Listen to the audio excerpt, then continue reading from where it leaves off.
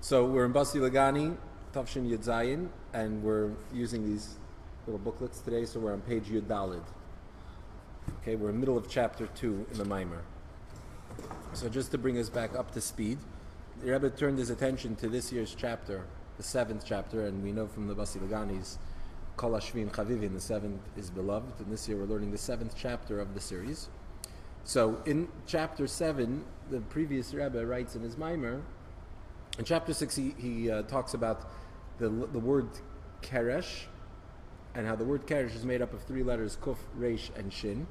And he talks about how kuf and resh are letters from the unholy side, contrasted by the dalet and the hey that are on the holy side. And then in chapter 7, this year's chapter, he mentions that the dalet, which is the holy version of the resh, right, the counter letter, the dalet has a yud in the back of it. And he says that this yud in the back of it, that's the idea of making yourself small. And then he says that it's yud is the beginning of all letters, and yud is the meaning that's what it says. The Talmud tells us that the yud nivra elam haba, the world to come was created with a yud. Very cryptic. And so in chapter 2, the Rebbe tells us that the difference, what the Friedrich Rebbe is telling us now in chapter 7 of the Maimer, is that in chapter 6 he was talking about the recipient, that in order to receive from someone else, you need to be nullified, you need to be small. And that's the way you receive. And he gives an analogy of a student who's learning from his teacher, that in order to properly receive what your teacher is telling you, you need to make yourself small, you need to minimize the noise in your own mind, your own processing and knowledge that you already have. You need to move it on the side to be able to absorb what you're being taught. Then, in chapter 7, he turns his attention to the giver, that the one who gives, the teacher, also needs to make himself small. And that's what we're talking about here. That's why it's yud is the yud is the dot in the back of the dalid. And so we're talking about the humility and the humility of the mashpia, of the giver. Okay, that's what he says in the first half of chapter 2. Now, and then he says this is also what yud nivra elam haba, that the world to come was created with the yud, which we'll get into a little bit later in chapter 3. So now, first, we have to understand what this means, that in order for the giver to give, he needs to first be nullified. And that's what the next couple of chapters are going to elaborate on, different aspects of this concept of the giver having to nullify himself in order to be able to give. Okay, but just before we even get into it, just to think for a moment, because we're going to get into the nuts and bolts of it, and sometimes when you get into the details, you lose the bigger picture. What's going to emerge, and what really already emerges, is that for Hashem, for God to give to us, for Him to create the world, for Him to create space, to create us, He needs to create space. He needs to nullify Himself. He needs to put Himself on the side in order for us to be here. So He puts us before Himself, essentially, right? Which is a very powerful statement. Whenever we usually think about relationships, we think about the receiver being the vulnerable one, and the receiver being the one that needs to be open to receive, right? Usually, you talk about with a rich man, poor man situation. The poor man is the needy one. He's the vulnerable one. He's the one who needs to open himself up to the rich man, to be able to receive his charity, his compassion. But in reality, and the same thing is with the teacher-student, to stick to the analogy that we're using here, teacher and student, the student is the vulnerable one, the impressionable one. You come into class and your teacher can tell you whatever they want. So the student is the vulnerable one coming to learn from the teacher. But what emerges here is that it's not just the student, it's not just the recipient. It's a two-way street. Even the giver also has to be, and that we're going to get into. The details of that we're going to get into now, but we think about it in terms of God being the ultimate giver. He's the creator of everything, created us, that first stage required for Him to make space for us. In other words, to make space for us means that He had to make Himself smaller, so to speak. He had to put Himself on the side. And that brings us to the second half of chapter 2 on page Yud Daled, where we're going to introduce the concept of tzimtzum. What's tzimtzum? So the word tzimtzum means contraction. What's contraction mean? Okay, so contraction can mean make smaller, but it also means two things. If you look it up in the dictionary, I think you can probably find. Should we look it up, or trust me on this? Contraction could mean made smaller, to minimize, and it could also mean to remove, to eliminate. Right? Think about in sports, talk about contraction, right? We talk about contracting sports teams, we're talking about eliminating them, right? Not making them smaller, but eliminating them, right? So contraction can mean made smaller, and it could mean eliminate. And that's what tzimtzum is. Tzimtzum has two definitions, two meanings. On the one hand, the word tzimtzum means to be made smaller, and on the other hand, tzimtzum also means to remove, to eliminate. And so that's what we're going to get into now, that when God in order for anything to be possible, for existence to be possible, God needed to make a tzimtzum. He needed to make smaller and to eliminate two things. Barriers? Not to eliminate barriers, he had to create a space where other existence is possible. Right? So you think about it, before Hashem creates the world, there's just him. And he fills everything. There's no space either, but there's only infinite God. Where exactly are you going to put a world? There's no room for a world, right? There's no room for other existence. There's only God's existence. So in order for that to happen, God has to limit his manifestation, his light, his greatness. He needs to limit it in order to create this. So there are two parts to that limitation. One is to limit, because if we were privy to all of his greatness, unfiltered, we would all be overwhelmed. There wouldn't be anything other. Even if he were to create something, we'd be totally submitted to him. There wouldn't be anything that felt any otherness. Right, we would be totally nullified. So that's number one. But before that, before you can get to that, how is it even possible to create something with the potential of feeling its own separate existence? The only way to do that is to create a space for it. So for that means removing himself from a space, clearing out a space for us. Okay? So let's see that now inside the Maimer on page Yudalit. So what is the meaning of this idea? That the mashpia, the giver, that in our context here, that God needs to make himself smaller, the yud, meaning the bittul, the nullification of the giver, that God makes himself small. What does this mean?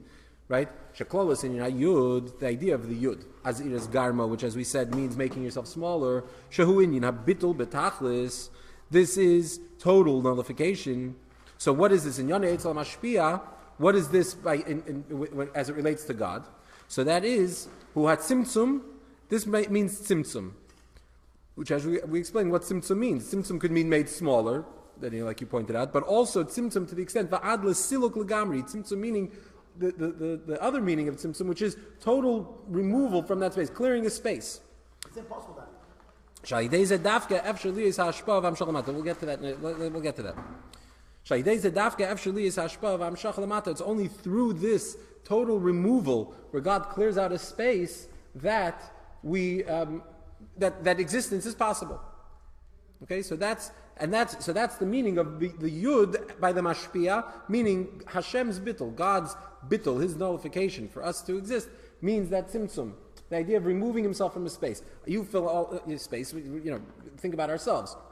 We take up space, and our personalities take up space, and then you need to make room for somebody else. It means to limit yourself, to have a tzimtzum, not to fill the whole room with your personality or with your ideas or whatever it is that you're filling it with, but to create a space for somebody else also to be there. So that's what God has to do. That's the first tzimtzum.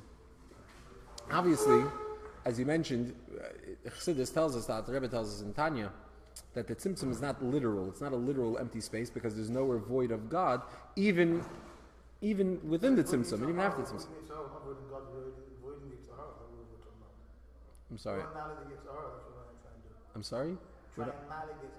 We're trying to annihilate. We're not annihilating. But God, to create anything, needs to remove himself from the space to make room for us. But it's not a physical space. No. Obviously. No, God is Yitzhar, not God. It's Yitzhar. What's the Yitzhar? What we were trying to do. Here we're talking about the bittul of God. We're talking about the bittul of the mashpia. That God has to limit himself in order to make existence possible. So, a different direction. It's not a matter of wanting. We can't exist. There's no room for any existence other than God. The only way there would be room is if God makes room. What does it mean that he has to make room? Because Hashem no space. God has no space. So this table is the Kosh Baruch. The Kosh Baruch in this table. Yeah, but this table thinks otherwise. The table says, I'm a table. How does a table think it's a table if there's nothing other than God? Right? Okay. Fine. So let's now the Rebbe is going to quote from the Baal Shem Tov and the Magid to tell us a little bit about this idea of tzimtzum. So Pirush Baal Shem Tov, this is the teaching of the Baal Shem Tov ala pasuk on the verse Vayemer Elokim Yehi Or. God said, "Let there be light." So the Baal Shem Tov asks in the brackets here. We have the Rebbe fills in the question. The L'chayra Einei Muvan. It's not understood. Maya Shaychus L'Shem Elokim La'Or. What's the connection between the name Elokim and light? Light represents revelation. Elokim represents concealment. So what's the connection? The pasuk says right in the beginning of the description of creation, it says, "Vayomer Elokim Yehi Or." God said, "Let there be light," and what happened? Vayehi Or. There was light. Right. So the Baal Shem Tov is talking to us about the first part of the pasuk. The question is Elokim. We know that the name Elokim, Rashi already tells us right in the beginning in the Torah that the name Havaya Yudke Vavke is revelation. The name Elokim is concealment. That's how God is concealed. So how is it possible that you get from Elokim Or? How does light come from Elokim? Right? Elokim is concealment, and Or, light, is revelation. The whole function of light is that it reveals, right? It shines. So how do you get light from Elokim, from concealment? How is that possible? So the Baal Shem Tov explains. What is this teaching us? That Vayomer Hashem Yisbarach Mikoyach Midas Elokim Shu Midas Gvurat Mitzamtzem Or, that it's from this, that Vayomer, that God is saying, that from this Elokim, from this limitation, from this concealment, which represents Gvura, judgment, which means limiting, constricting the light, constricting his being. So it's thanks to him limiting himself that there would be light, meaning that he can create something that can exist. Otherwise we'd expire. So he needs to create that. He has to limit himself for us to be able to exist. Right? This is right. Makes sense? Okay. Now from the Baal Shem Tov though, I only know the second part of tzimtzum that we said. Right? The idea of tzimtzum derech miyot, that God needs to limit himself. Elokim is a limitation. It's concealment, meaning that he limits his expression to create a space for us to be able to handle it. Or in other terms, if he didn't limit himself, it'd be too overwhelming, and there'd be no space for us. So he has to limit himself. That's Elokim, and it's through that there's Ur, meaning that we can have a sustained sort of existence. Okay. We're explaining it that way because that's the only way we can understand it. Right. Really, it's not that. Really. So, but the Magid. The Magid adds more explanation on the end of this verse. We said the pasuk says, "Vayomer Elokim Yehi Or, Vayehi Or." Right, that's the pasuk. God says, "Let there be light," and there was light. So the Magid asks, everywhere when God says, God speaks the world in creation, "Vayomer Elokim," there should be this, and there was this, and it was so. There be this. What does it always say? "Vayehi Chen," and it was so. God says, let the earth sprout forth vegetation, Vayehi Chen, and it was so. The only exception to this Vayehi Chen is Vayehi Or, and there was light. So why is it Vayehi Or, and there was light? What's the difference? So, and the Maggid explains like this. The Amr Razal, the Gemara says, Kol Makom Shnemer Vayehi Hu Lashon Tsar. Any time it says the expression, the word Vayehi, and it was, but the term Vayehi implies that things are tough, like Vayehi b'Mechashverosh. Yeah, it's the Gemara in Megillah. Vayehi b'Mechashverosh means that it's ominous sounding. That Vayehi means that something not so pleasant is occurring. This is the meaning then of Vayehi Or. Right, so Leimar, this means to tell us that that from this tzimtzum, from this contraction that seems to be painful to the world, Adirabah, the opposite is true. That from it comes the true light and the sustaining of the world, of the universe. Can only be through this. Like the pasuk says, there was evening and there was morning. Right? Why does it say there was evening, there was morning? So he explains, it's from the evening that the morning emerges. Meaning this is not the light that we had earlier. Earlier, the God filled all space, and there's no space for creation, for existence. Only light could come through. Light can only come through this contraction. This is the meaning of vayihi vayihi loshen tsar. That vayihi means a negative sort of connotation. This is the tzimtzum through which light was possible. Okay, summarize. What's the Maggid saying? The Maggid's adding vayihi, which sounds negative. That's a limitation, but it's the vayihi that creates the light. Meaning the light comes from it. From the Baal Shem Tov, I see God limits himself, and when he limits himself, meaning he limits the light, now the limited light is a light that we can be sustained by. But the Maggid explains it deeper. No, that's not what it means, that you just limit the light so that we can handle the flow of divine energy, that we don't expire in its infiniteness. But Vayihi is a negative connotation, meaning that it's from that limitation that the light emerges. It seems negative because any type of limitation seems like a negative thing. Good is God unrestricted. God restricting himself, he's concealing himself, he's hiding himself, that's a negative, right? But that negative leads to light. Meaning the light itself is only made possible through the tzimtzum. That existence would not be possible if he didn't completely conceal himself, which means that just like we say that the morning comes from the night, it's the same idea, is that Vayihi produces the light. So when it says Vayimer Elikim, we're talking about a concealment, that God conceals himself, meaning he creates an empty space, a void space, and in that void space there can then emerge the light. What exactly the mechanics of this and how this works, we're going to get more into that a little bit more later. We're going to explain this concept a little more. Why is that necessary? And what's achieved by doing that? So that we'll get into a little bit later. But the point that's important here to know is that we're talking about, in order for anything to exist, God needs to conceal himself. It's not just that he has to limit his light, that his infinite light needs to be a little bit more finite. Infinite a little bit, but it has to be finite for us to be able to handle it, so you can put it into a finite space. But more than that it's the complete concealment that God has to remove himself from a space for us to be, for anything to be able to exist. Okay. In another place, Moisef Levayr.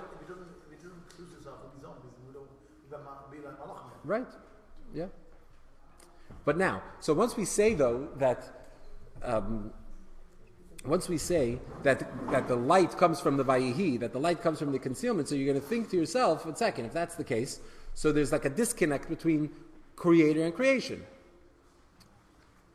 That if creation is only possible through a complete contraction from God completely removing himself from the space, so how does that lead us back to God?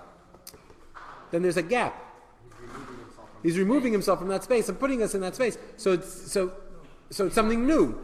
So if he's not there, right. He has to not be there to put something there. Right. If he's not there and he has to put us in there, but then there's a disconnect between us and what was there before. So the Maggid adds, no, that's not the case. He explains like this. Makam Acher Meisif. Elsewhere, the Maggid adds, he explains, Shazel Kamashal Av, this is like a father, a father who limits his intellect in order to play childishly with his child. The Gam called me this Maisa Nairis no Debab, and the father also starts to develop all these immature traits. Sha'oyev es Maisa Nairis, he starts to enjoy these immature acts. So his child will enjoy it. You see an adult that's otherwise normal and civilized, and when they see a little baby, they start making faces and making sounds. What are they doing? They're acting totally immature. It's totally inappropriate behavior. Why does the parent do that? Why would you just dismiss your maturity and your intellect and start acting like a little baby? You want to get the kid to smile, get the kid to laugh. So you try to relate to the child on their level, and that's how the child enjoys it. So the Gmasa ben Nimshal, what does this mean in the Nimshal? Back in our conversation with God. That when God limits himself, he contracts himself, he makes himself smaller, so to speak, immature, to use the analogy again, it's because of us. Like the sages say, Bereshis, Bar Elikim, Shouinyat Tzimtzum, Bereshis, in the beginning, which was Bar Elikim, God created, meaning there was a Tzimtzum. Why was it? Bishvil Yisrael, Shenikra Bereshis. Why does God create the world? He creates it for us. She Yisrael and Baram Shalakash Baruch Hu, the Jewish people are God's children. Like it says, we are children to God, your God. And it's for them that God limits himself. So what does this mean? What did he just add here? He just added that the whole purpose of the tzimtzum, see, it seems like there's a disconnect. God has to remove himself for there to be space for us. So then there's a disconnect between creator and creation, between us and God, because he has to get out of the way for this to happen. So the Maggid explains, no, look at it in a different analogy. You have a parent who's intelligent, articulate, talented, mature, and they remove all of those traits that they have, all of those qualities, and behave like a child. So they're no longer acting like a parent or an adult, right? They're acting like a child. Why, though? So why would they do that? They're doing that for their child. Meaning that even though they're going away from their own personality, who they are, they're adopting sort of a new type of behavior and maturity, a lower level of maturity. But the point of it is to give pleasure to the child, so that the child is happy, to connect with their child. So even though they're going away from their adult persona and personality, but the point is to connect with the child. So the same thing is true with God. The tzimtzum, God removing himself from the space, is not to remove himself to divorce himself from us. On the contrary, it's to create that connection. In other words, the fact that he removes himself from the space to allow space for us is because he deeply wants to connect with us. So what seems on the surface to be vayihi lashon tsar, tzimtzum, a limitation, a removal, is actually the deepest form of the connection. The Maggid concludes this thought and says like this: Tzimtzum nikra chachma. Tzimtzum is also called chachma. Chachma is also referred to as ayin, as nothingness, like the pasuk says, from which literally the pasuk simply means, the verse says, where will wisdom come from? But the Chassidus explains, is actually a statement. It's not a question, it's a statement that wisdom comes from ayin, comes from nothing. Meaning, without getting into all the details of the different stages of intellect, chachma is the highest form of intellect, and what's the highest level of intellect, and what is it? You can kind of translate it as curiosity. What's curiosity? It's mystery, right? Something's mysterious. I don't know what is. I'm curious to see what's out there. I don't understand it. So chachma is a mystery. It's like nothing, ayin. Something that I understand. It's tangible, I can understand it, I can relate to it, I can describe it, I can define it, I can explain it. Something that's mysterious, I can't explain. I have no way I don't even have words to discuss. It's just a mystery. So that means it's ayin, it's nothing. That's chachma. Chachma represents this idea of mystery. So the tzimtzum, which is sort of this concealment, that's a mystery. That's chachma. This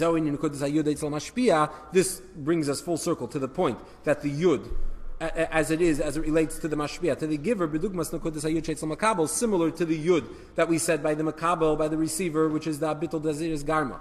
That the student, the recipient, makes himself small. And it's only through making himself small, through nullifying himself, through limiting himself, that he's able to receive from his teacher. So the same is true with the yud, with regard to the giver, the teacher, or the mashpia, or in this case God. In order for there to be sustained light, sustained existence, that there should be a space for existence to exist at all, not only that there should be an existence, but that the existence could connect to God. So not just that there should be an existence that's totally divorced from God, but that there should be existence that can then receive that light. It only comes through this vayihi, which is lashon sar, which is a painful context. Inyan hatzimtzum, the idea of the contraction, shenikra chachma, which is called chachma shazon nekudas hayud. This is the idea of yud. We know yud represents chachma, just as yud is a dot that's undefinable. Same is true of chachma. It's the highest level of wisdom, the highest stage of wisdom, which is non-wisdom. It's beyond wisdom. It's the idea of the curiosity, of mystery. And that all relates to tzimtzum, which is that the first stage for existence to happen is the yud of the mashpia, that God has to limit himself, and he has to create a tzimtzum through which existence can be made possible. Yeah? So now we have to understand this a little bit more. How does this work? What is the function of the tzimtzum? Why do we need to have a tzimtzum in order to get to this? right? And also the other point that we're missing is that in his Maimer, the Friedrich Rebbe says in chapter 7 that Yud is the beginning of all letters. Now we understand this meaning. What does it mean that Yud is the beginning of all letters? That Yud is the beginning of all existence. Beginning of anything, it has to start with making yourself humble. The first step to making a world possible is Yud, is tzimtzum, is limitation. God constricting himself, limiting himself in order for there to be a creation. But how does that relate with the very next sentence, or statement within almost the same sentence, that B'Yud Nivra Elam Haba, that the world to come is created with a Yud? How does that explain what we just said? So that we'll get to in chapter 3.